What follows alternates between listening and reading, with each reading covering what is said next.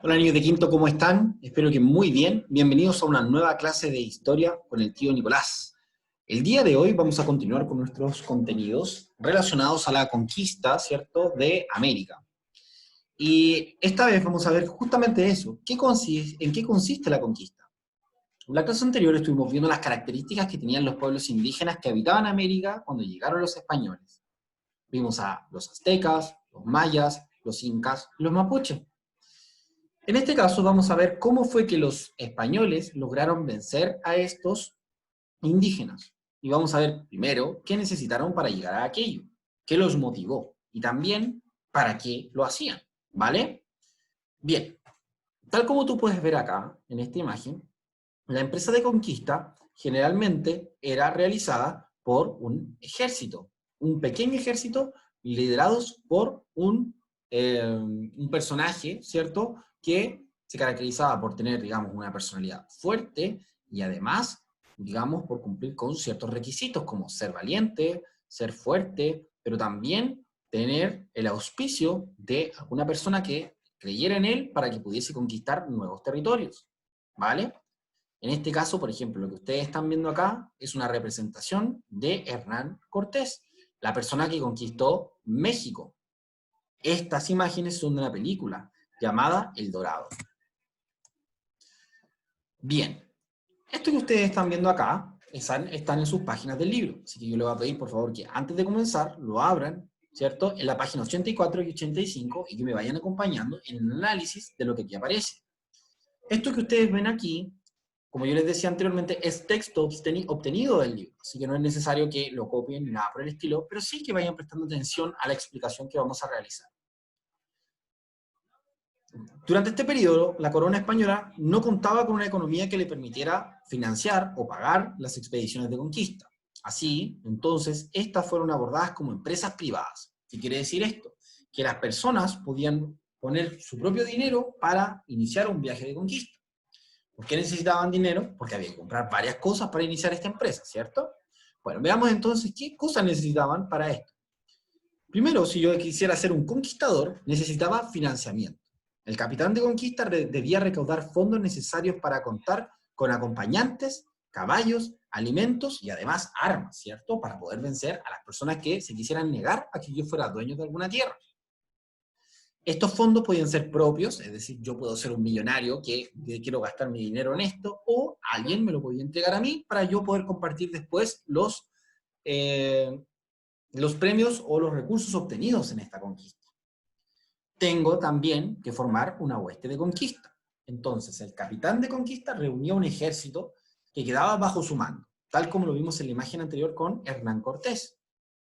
Finalmente, y lo último, necesitaba una capitulación, que básicamente era un contrato firmado entre los reyes, que se llama corona española, y el capitán de conquista, que en este caso sería yo, el conquistador Nicolás. En este se establecían los derechos obligatorios de ambas partes. ¿Qué quiere decir esto? Tanto la corona tenía que cumplir una parte conmigo, pero yo también tenía una responsabilidad de entregarle ciertas cosas a los reyes.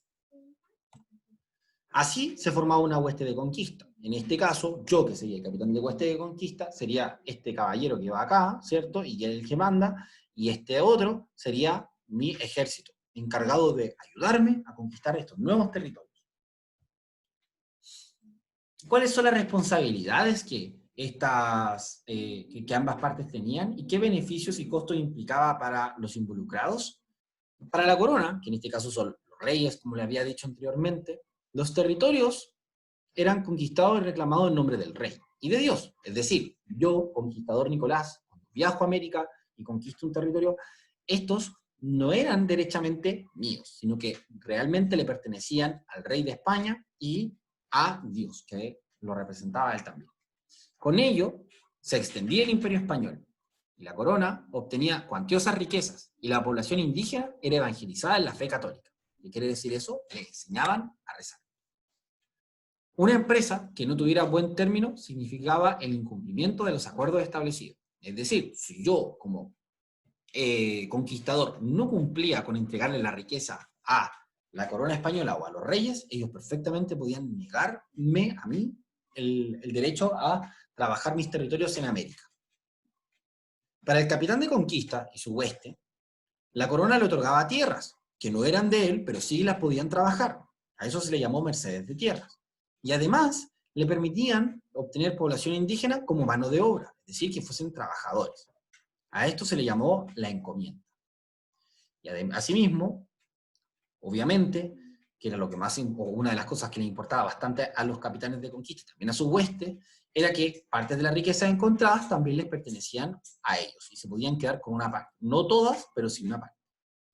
Al capitán le entregaba además títulos sobre los territorios conquistados.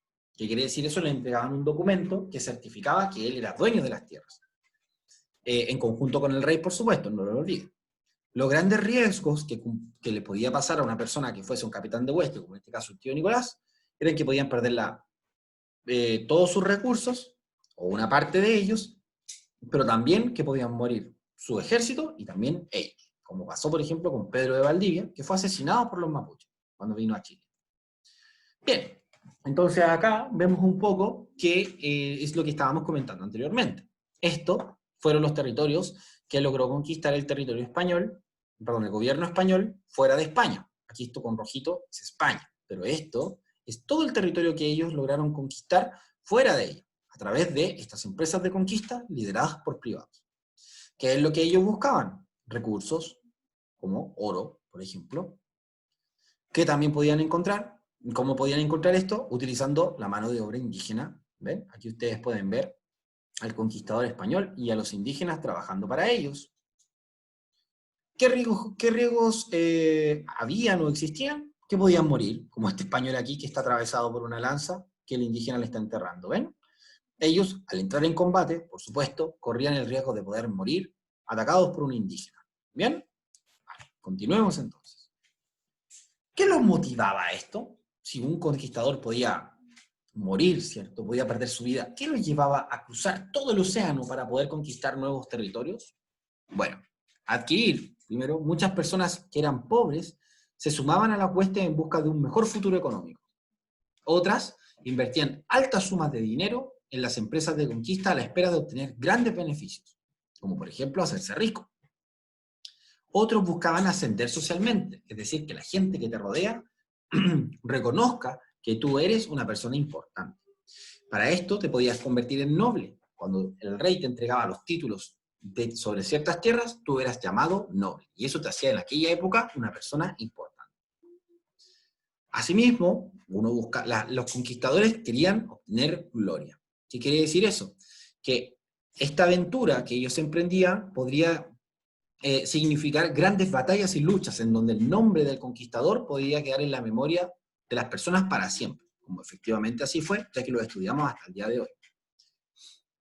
Finalmente, motivaba también esto la evangelización, que como les dije anteriormente, era que los indígenas aprendieran la religión católica. Para los españoles era muy importante que esto ocurriera, ya que consideraban que la palabra de Jesús era muy importante en la vida de ellos, pero también debía ser extendida a todo el planeta. Bien, entonces aquí vemos un poco imágenes que nos dan a entender un poquito de esto. ¿Qué obtenían? Bueno, nuevamente hablamos de la riqueza, ¿cierto? Que se obtiene fundamentalmente a través de oro, pero también con títulos de tierra. ¿Qué es lo que ellos deseaban? Fama y reconocimiento. En este caso aquí vemos al señor Francisco Pizarro, que fue el conquistador de Perú. Ustedes, que están sentados en sus casas en el siglo XXI, están oyendo su nombre y están viendo su imagen, lo que quiere decir que él logró su objetivo, ser una persona famosa y que quedara en el recuerdo para siempre en la historia del mundo. Bien, y por último, como ustedes pueden ver aquí en esta imagen, el hecho de evangelizar conllevaba que los indígenas que ustedes ven acá al costado izquierdo aprendieran la religión católica, en donde Jesús, ¿cierto? Dios en general, es el principal protagonista. Los indígenas claramente no eran católicos antes de su llegada, pero se fueron convirtiendo poquito a poco a medida que estos españoles fueron realizando su trabajo de la evangelización. Además, una pista es que todo indígena que no quisiera creer en Dios era brutalmente castigado, incluso muchas veces quitándole la vida. Bien, esa es la clase del día de hoy. Espero que les vaya muy bien en la actividad que tienen que resolver y nos estamos viendo en una próxima actividad. Hasta luego. Chao.